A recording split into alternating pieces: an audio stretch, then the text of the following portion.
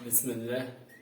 زي ما عودناكم بنحب نبتدي بذكر الله وبسلم عليكم وبقول لكم السلام عليكم ورحمة الله وبركاته. اخواتي حبايبي، نصلي بينا على رسول الله. اللهم صل على سيدنا محمد أشرف خلق الله. اللهم صل عليك يا حبيبي يا رسول الله. نبتدي حلقتنا. هوريكم دلوقتي انا ازاي بنضف الحبوب. الطريقه دي من زمان وانا متابعها، فتعالوا شوفوها معايا كده. انا كنا بستخدمه عشان طبعا الموزعه، الناس اللي عامله موزعه. طبعا انا بحط اكل اولا بمقدار، يعني انا اكل بحطه بمقدار، ما بحبش احط ياما. هنبصوا كده واحده واحده، حاجة زي كده. اللي قدامكم دي مش عارف شايفينها ولا لا، دي قدامكم. أنا باخدها كده زي ما انتوا شايفين، بكبها كده. طبعا انتوا لو تبصوا كده هتلاقيها فيها بذور وفيها قشر، فأنا باخدها أكبها على جنب.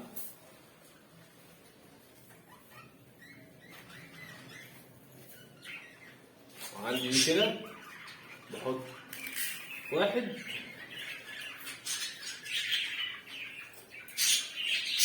واثنين.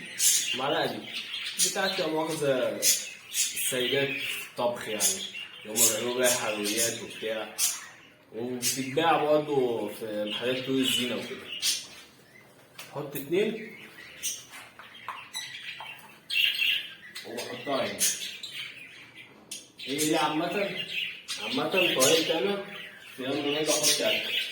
أي قص بحط على قد الموجود. موجود هنا خمسة وأحطهم 5 معالق بس. مش عارف ما بعملش كده بصراحة، يعني أنا لما شايفين انتوا دي أشكال اللي هي أوتوماتيك، دي بحط أكل بفتح كده وأحطهم أكل، بفتح كده أهو وبحط أكل من فوق.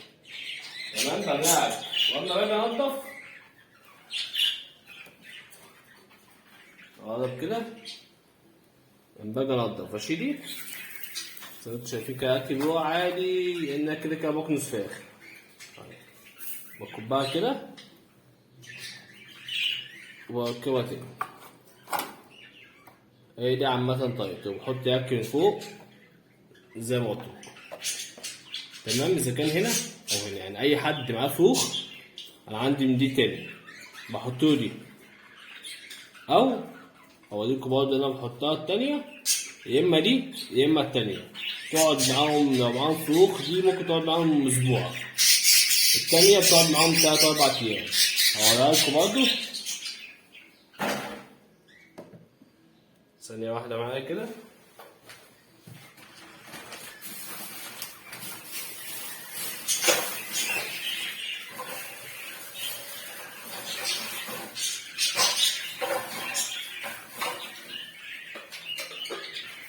هي دي تحط اكل وتقفلها وتعلقها من هنا، او في سمك يبقى حديد ده هيتعلق معاك. لو السمك خشب مش هيتعلق معاك، ممكن تحطها في الأرضية. الاكل بينزل هنا، هما بيقزقزوا وينطروا فاهم. دي تقعد معاك برضه 3-4 ايام ومعاهم فروخ. هو اللي انا بستخدمه لو هما معاهم فروخ. معهمش فروخ بستخدم زي ما قلت لك مقدار 2 بالظبط. طب انت ما عندكش حاجات من دي، ما عندكش المعرفه دي ولا الكلى الاوتوماتيك دي، ممكن بقى تستخدم زي ما قلت لك في الاول. البتاع دي مثلا عندك 5 فروخ، حطهم 5 بعموم حطهم 7 معالق. طبعا دول في 2 ممكن تحط هنا وهنا. هنا مثلا انت 4 معالق، هنا 4 معالق وهكذا. ده انا بستخدمه عندي. هوريكم دلوقتي ايه في الارض عندي وازاي انضفه. بصوا كل ده كده بواقي اكل. هما طبعا بيوقعوا هنا بيوقعوا في كل حته. فانا هكنس ده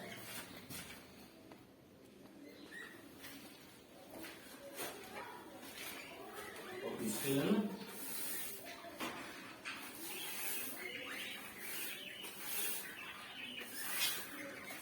طبعا يبقى فيه قش ويبقى فيه أكل ويبقى فيه مؤاخذة خضروات ومشوار وحاجات. يعني أنا دي أسهل طريقة أنا بستخدمها لأي احتياجي.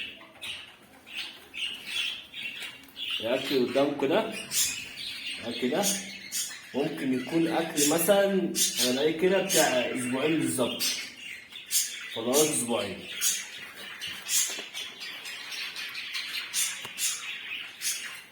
عايز الكاميرا الجبنة. بص بقى بجيب علبتين كده، طبعا حسب الحاجة اللي عندك يعني، مش شرط، بس أهم حاجة تكون علبة غويطة يعني. علبة وعلبة، عشان دي هتحط فيها أكل هننضفها. نحط شوية كده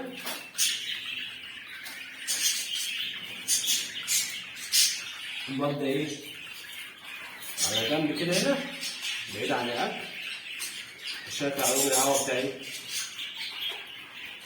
ثانية واحدة نشوف الكهرباء. شغل عليهم الهواء بتاع الاستشوار. بس الكهرباء زودنا شوية.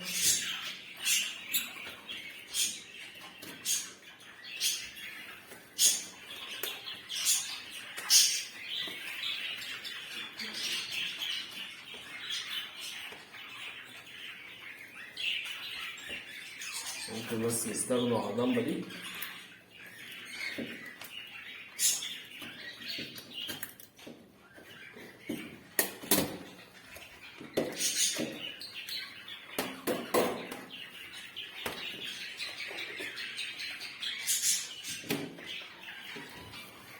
ممكن نشتغل هنا. طبعا أنا بجيب القطعة دي مع الاستشوار أحطها وأشغل كده زي ما انتوا شايفين. الوش بيطير، كل حاجة بتطير. ممكن أحرك فيها كده واحدة واحدة. هاجي وغطيها برضه.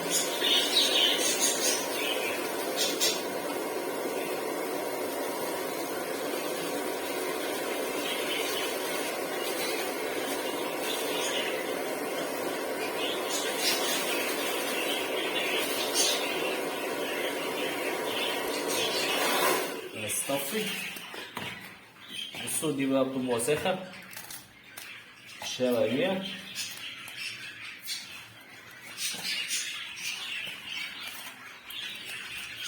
كل دي بتبقى وساخة مؤاخذة عشان أصور لوحدي النهاردة.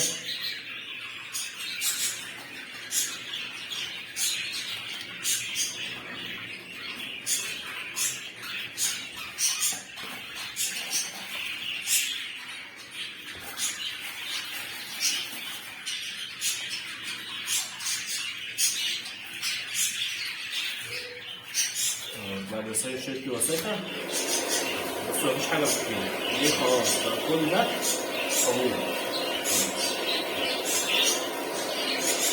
بس مفيش حاجة بتطير، كل ده بقى قبول.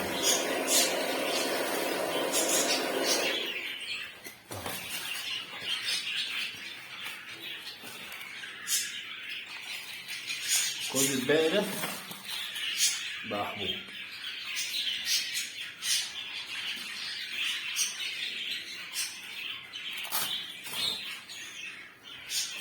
طبعا بجيب دي وحاجة مفضية، بستمر بقى على كده لحد اما اخلص ايه اللي عندي وارجع لكم تاني. بصوا يا جدعان دلوقتي احنا رجعنا لكم تاني اهو. ده كله بقى خلاص، ده كله بقى قش خلاص، مبقاش فيه بذور خالص. انسى ان انت تلاقي بذور، كل ده قش.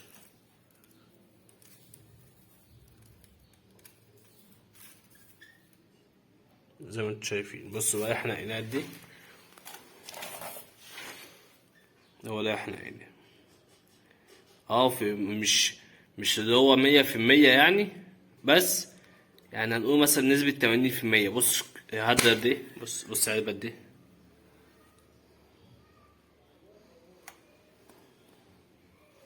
بص علبة هدر دي،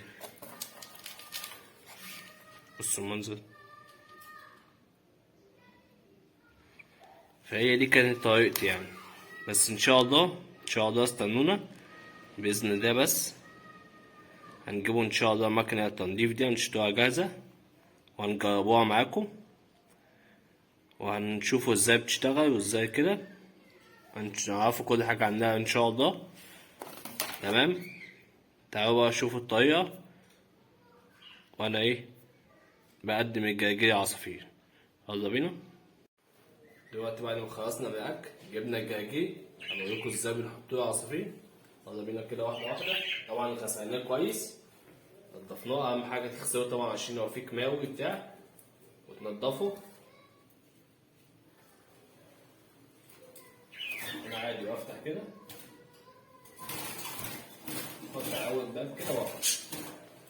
هي دي طريقتي يعني. انا بفتح، مش عارف انت شايفني ولا لا، افتح اخد عودين حلوين احطهم على اول باب كده وبقفل عليه.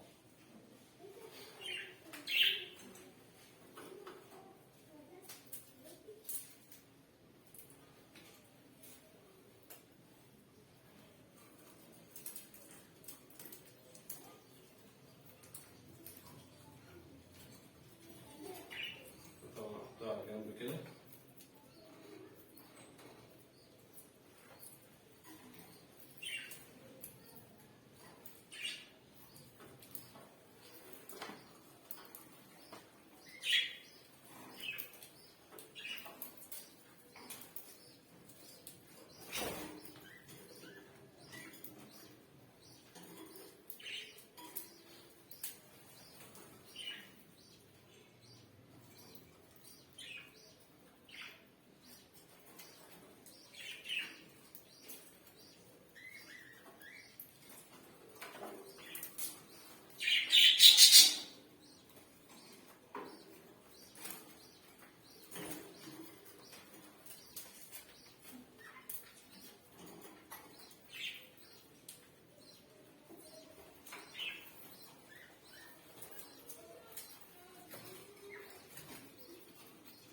مش هحطه دلوقتي عشان سامع صوت صروخ عنده. مينفعش تحط عن تجربة تانية يعني شخصيا. مينفعش تحط خضار لعصافير صغيرة، قدر الله نجيبلهم السؤال بتاع. عن تجربة شخصيا بلاش يعني.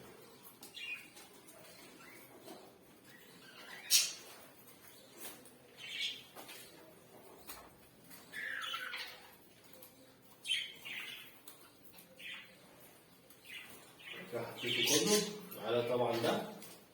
بكره ان شاء الله باذن الله نبص على الفروخ بتاعته. بس بالله عليكم بالله عليكم ما تنساش تشترك في القناه، ما تنساش تفعل الجرس. والسلام عليكم ورحمه الله وبركاته.